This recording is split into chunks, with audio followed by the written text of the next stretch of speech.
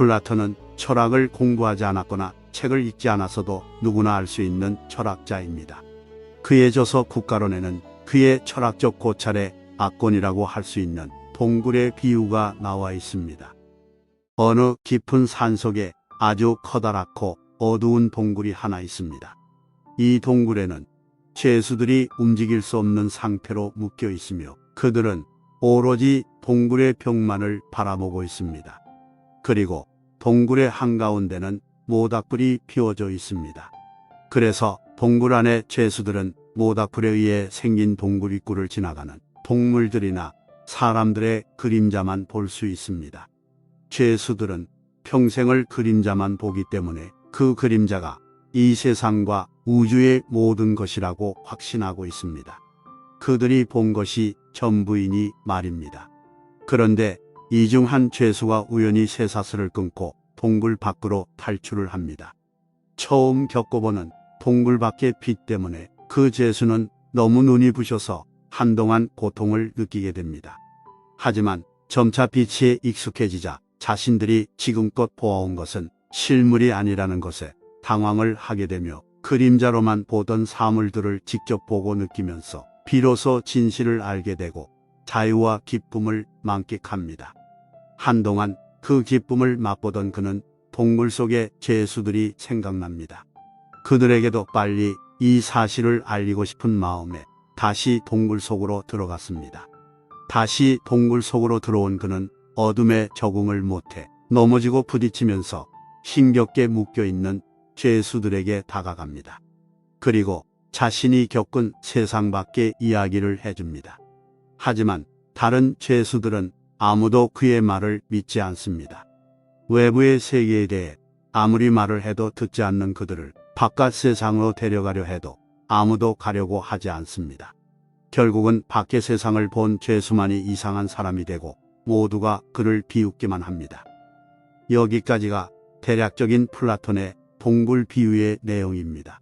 이 이야기는 선입견이나 편견에 빠져 자기의 생각에만 깊이 빠져 있는 사람들 혹은 현실에만 묶여 사는 사람들의 문제점에 대한 이야기를 할 때 자주 비유되는 이야기입니다. 철학의 매력은 비유라 생각합니다. 철학이 주는 힘이자 매력은 바로 같은 것도 다르게 보고 생각할 수 있는 힘 아닐까요? 플라톤의 철학과 지혜가 여러분들에게 자연스럽게 흘러 지혜의 통찰을 얻으시는 시간이 되시길 바랍니다. 공자가 전하는 지혜를 얻는 3가지 방법을 소개하면서 플라톤의 이야기를 시작하겠습니다. 3가지 방법으로 지혜를 얻을 수 있다. 첫째, 명상을 하는 것. 이것은 아주 고상한 방법이다.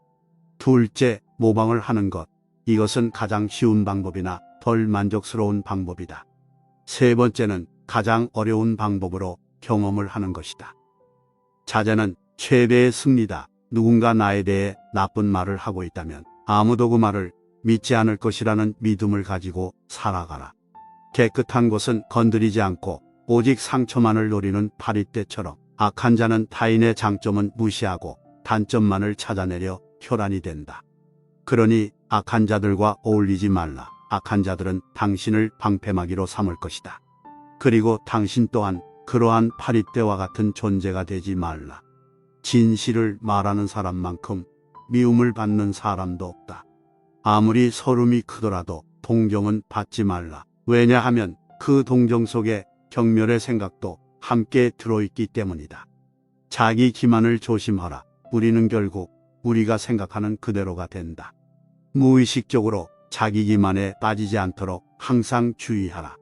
인간은 육체의 속박을 받고 있는 존재이다. 따라서 욕망으로부터 자유로워지지 않는 한 인간에게 결코 만족이란 없다.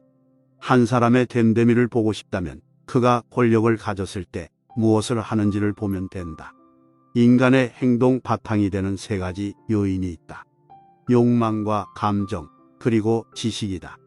자신의 부정적인 생각과 감정을 통제하라. 그것이 개인으로 싸울 수 있는 가장 위대한 승리이다.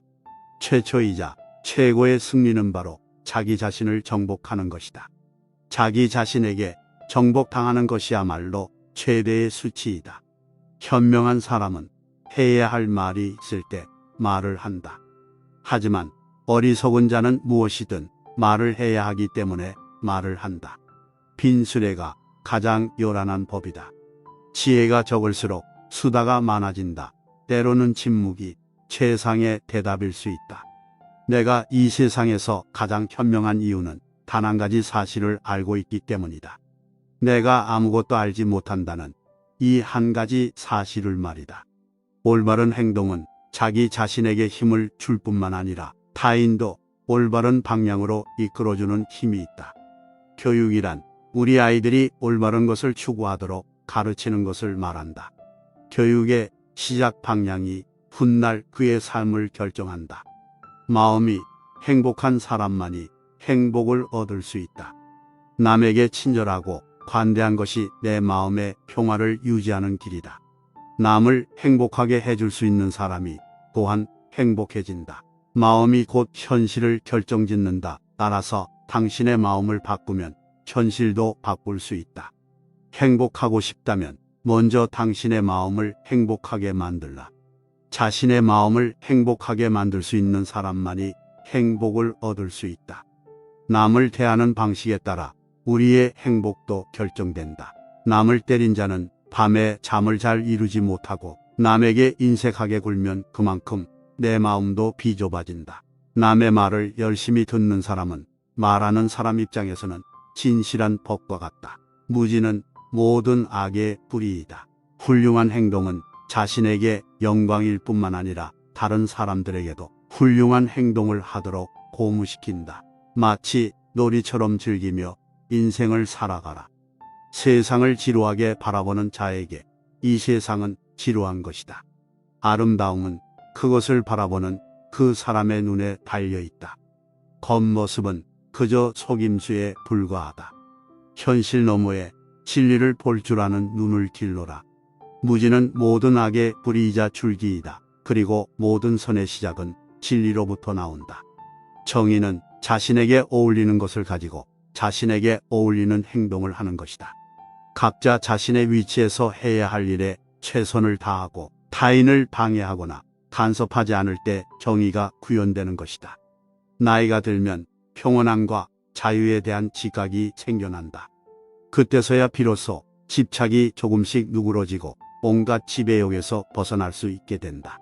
본성이 평온하고 행복한 사람은 나이에 대한 압박을 거의 느끼지 않는다. 감사함을 느낄 때 그대는 위대해질 수 있다. 그리고 다른 위대한 것들을 끌어당기게 될 것이다. 철학자가 통치하는 국가는 행복하고 철학에 의해서 인류는 정의에 도달할 수 있다. 철학자가 왕이 되거나 현재의 왕이 철학을 하지 않는 한 인류나 국가는 결코 재앙을 면치 못할 것이다. 인간에게 있어서 가장 큰 수치는 자신의 저급한 욕망에 지배당하는 것이다. 그러므로 육체적인 쾌락에 종속된 자는 결코 만족할 수 없다. 남이 아닌 자신을 정복하는 것이야말로 인간에게 있어서 최선이자 가장 고결한 승리다. 용기는 일종의 구세주의다. 인간에게 있어서 가장 아름다운 진실은 마음가짐을 바꾸면 현실을 바꿀 수 있다는 점이다. 돈은 정직보다는 거짓과 사이가 좋다. 잃어버린 돈에 분노하는 사람보다는 잃어버린 인간성에 분노하는 사람을 사귀어라. 사람은 불의의 제물이 되는 것이 두려워서 그것을 비난하는 것이지 불의를 저지르기 싫어서가 아니다.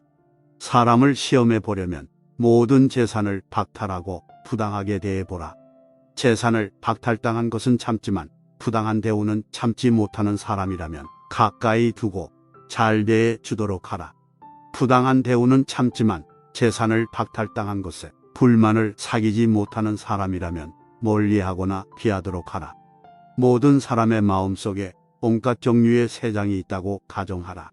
어떤 새들은 무리를 지어 다른 새들로부터 이탈하며 어떤 새들은 무리를 이루고 어떤 새들은 외로이 어디론지 마음대로 날아가기도 한다. 그리고 인간이 이 우리 속에 어떤 종류의 지식을 놓고 보관해 두었다면 그는 지식의 대상이 되는 것들을 배우거나 발견했다고 말할 수 있을 것이다. 이것이 곧 아는 것이다. 행복은 선을 나의 것으로 함으로써 얻는 것이며 선의 내용은 영원성에 있다. 그렇기 때문에 우리가 영원히 지닐 수 없는 것에 마음이 이끌려서는 안 된다.